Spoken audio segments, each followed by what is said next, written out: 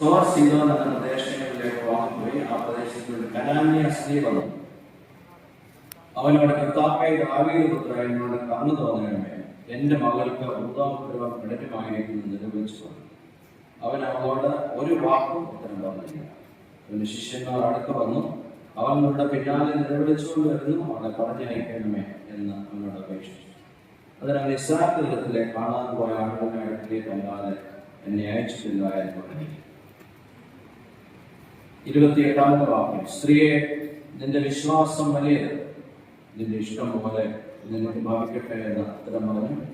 ആ നാഴിക മുതൽ അവളുടെ മകൾക്ക് സൗഖ്യമാണ്. നോമ്പ് നമുക്കെല്ലാവർക്കും അറിയാം, രൂപാന്തരത്തിന്റെ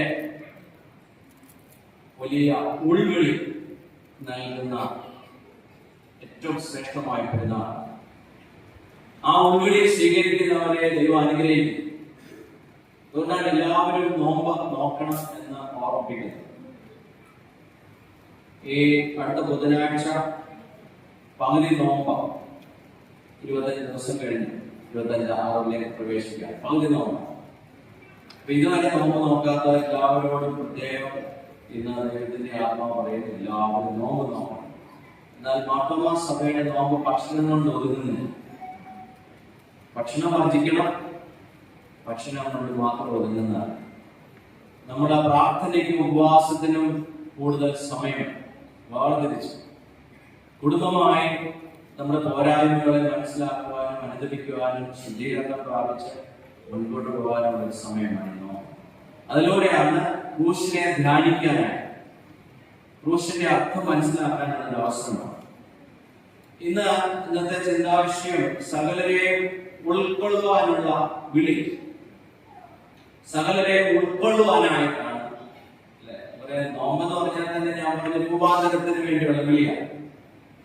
നോമ്പിന്റെ 1ാം ഞായറാഴ്ച യേശുക്രിസ്തു കാനാവിലെ വിവാഹത്തിന് വെള്ളം, പച്ചവെള്ളം വീഞ്ഞാണ്. അപ്പൊ വലിയ രൂപാന്തരമാണ്. ആ രൂപാന്തരത്തിന്റെ ആത്മാവ് നമുക്ക് പ്രാപിക്കണമെന്ന് നമ്മളെ ഓർമ്മിപ്പിച്ചുകൊണ്ടാണ് നോമ്പ് ആരംഭിച്ചത്. 2ാമത്തെ ഞായറാഴ്ച വീണ്ടും ആർദ്രതയ്ക്കായുള്ള ആഹ്വാനമാണ്. അതായത് ആർദ്രതയുള്ളവരായിരിക്കണം, മനസ്സിലുള്ളവരായിരിക്കണം. കുഷ്ഠരോഗിയെ തൊട്ടതുപോലെ ഈ ലോകത്തിൽ നമ്മളെല്ലാവരെയും തൊട്ട് അനുഗ്രഹിക്കണം. ആർദ്രതയുള്ളവരാണ്. അല്ലാതെ വല്ലതും ഇല്ലേ, നമുക്ക് എന്തെങ്കിലും അനുഗ്രഹം വാങ്ങാനല്ല, നമ്മളെല്ലാവർക്കും അനുഗ്രഹം കൊടുക്കാനാണ്. ആർദ്രതയുള്ളവരായിരിക്കണം. 3ാമത്തെ ഞായറാഴ്ച അന്യോന്യം ഭാരങ്ങളെ ചുമക്കാനായിട്ട് 4 പേരുടെ പക്ഷപാതക്കാരനെ ചുമന്നുകൊണ്ട് എല്ലാ റിസ്കും അവർ ഏറ്റെടുത്തു യേശുവിന്റെ മുമ്പിൽ അവനെ എത്തിക്കുക. ഇന്ന് 4ാമത്തെ ആഴ്ച നമ്മളെ ഓർമ്മിപ്പിക്കുന്നത് സകലരെയും ഉൾക്കൊള്ളുവാനുള്ള വിളിയാണ്. എല്ലാവരെയും ഉൾക്കൊള്ളണം, ആരെയും തള്ളിക്കളയാം. കാരണം കർത്താവ് ആരെയും തള്ളിക്കളഞ്ഞു. തന്റെ അടുത്ത് വന്ന് എല്ലാവരെയും സ്വീകരിച്ചു, എല്ലാവർക്കും അനുഗ്രഹങ്ങൾ. കർത്താവിന്റെ വസ്ത്രത്തെ തൊട്ടവർ പോലെ സൗഖ്യമായി എന്ന് പറഞ്ഞാൽ അർത്ഥം എന്താ? ബാക്കിയുള്ളവർക്ക് ഇങ്ങോട്ട് വന്ന് അനുഗ്രഹം ചോദിച്ചു. ഇയാള് കർത്താവിനോട് ചോദിച്ചില്ല, എന്നിൽ പോലും വസ്ത്രത്തിൽ. അപ്പൊ എല്ലാവരെയും ഉൾക്കൊള്ളുന്ന കർത്താവാണ്. ഇന്ന് കനാന്യ സ്ത്രീ എന്ന് പറഞ്ഞാൽ, കനാന്യൻ എന്ന് പറഞ്ഞാൽ ശരിക്കും ശപിക്കപ്പെട്ടവരുടെ ബാക്കി ഭാഗമാണ്. അവര് യഹൂദനെ സംബന്ധിച്ചിടത്തോളം ഈ പ്രത്യേക ചില വംശങ്ങളൊക്കെ ശപിക്കപ്പെട്ടവരാണ്. ഒരു പങ്കാണ് അതിലൊരു വംശമാണ് കനാന്യ. അപ്പൊ ഈ കനാന്യ സ്ത്രീ സോർ സീദോൻ എന്ന പ്രദേശങ്ങളിൽ കർത്താവ് വന്നപ്പോൾ, അതിനെ കുറിച്ചൊന്നും ഞാൻ പറയുന്നില്ല, സോർ സീദോനെ കുറിച്ചൊന്നും എന്റെ ബാക്ക്ഗ്രൗണ്ട് ഒക്കെ ഒത്തിരി മനസ്സിലാക്കണം. എന്നാൽ അവിടെ വന്നപ്പോൾ ഒരു കനാന്യ സ്ത്രീ വന്ന് യേശുവിന്റെ അടുത്ത് വന്ന് പറയുന്നു, കർത്താവേ, എന്റെ മകൾക്ക് ഭൂതോപദ്രവം കഠിനമായിരിക്കുന്നു, അവളെ സൗഖ്യമാണ്.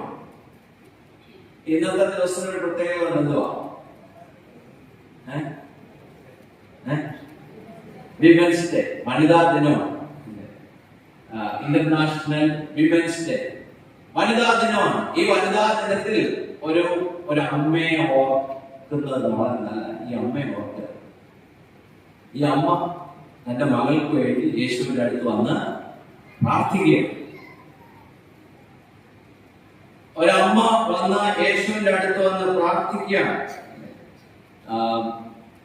അപ്പോ ഈ അമ്മയുടെ മുന്നിൽ പ്രണാമം അർപ്പിച്ചുകൊണ്ട് എല്ലാ വനിതകൾക്കും വനിതാ ദിനത്തിന്റെ ആശംസകളും അനുഗ്രഹങ്ങളും നേരുകയാണ്.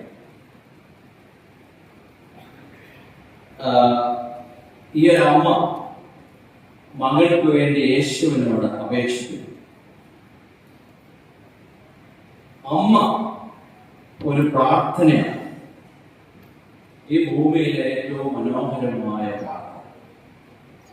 അമ്മ ഒരു പ്രാർത്ഥനയാണ്. ഈ ഭൂമിയിലെ ഏറ്റവും മനോഹരമായ പ്രാർത്ഥനയാണ്. ഓരോ കുഞ്ഞും ഈ ഭൂമിയിലേക്ക് ദൈവം തമ്പുരാൻ അയച്ചിട്ടുള്ള മാലാഖമാർ. ഈ കുഞ്ഞുങ്ങളെയൊക്കെ ഞാൻ വഴക്ക് പറഞ്ഞെന്ന് പറഞ്ഞാൽ ഈ കുഞ്ഞുങ്ങളൊക്കെ എല്ലാം ദൈവം തമ്പുരാൻ ഭൂമിയിലേക്ക് അയച്ച മാലാഖമാരാണ്. അവരെ അല്ലെ ആ മാലാഖമാരായി പുറമെടുക്കുന്നത് ഓരോ അമ്മയുടെയും പ്രാർത്ഥനയാണ്. അതുകൊണ്ടാണ് ഈ 10 മാസം അല്ലെ ഈ ഗർഭപാത്രത്തിൽ അവരെ ചുമന്ന് ആ പ്രാർത്ഥനയുടെ ഫലമാണ്. അപ്പൊ ഈ കനാന്യ സ്ത്രീ എന്ന് പറയുന്ന ഈ അമ്മയ്ക്ക് എന്തുമാത്രം വേദനയാണ് തന്റെ മകള് ഭൂതോപദ്രവം എന്ന് പറയുന്നത് നമുക്കറിയാം. ഇതൊരു മെന്റൽ ഡിസീസാണ്. മാനസികമായിട്ടുള്ള വലിയ അസ്വസ്ഥതയുള്ള അല്ലെ, എന്തുമാത്രം പ്രയാസമാണ്. മാനസിക അസ്വസ്ഥതയുള്ള അങ്ങനെയുള്ള കുടുംബങ്ങളൊക്കെ കടന്നു പോകുന്ന അവസ്ഥ എത്ര വലുതാണ്. അതുകൊണ്ട് ഈ അമ്മയുടെ പ്രാർത്ഥന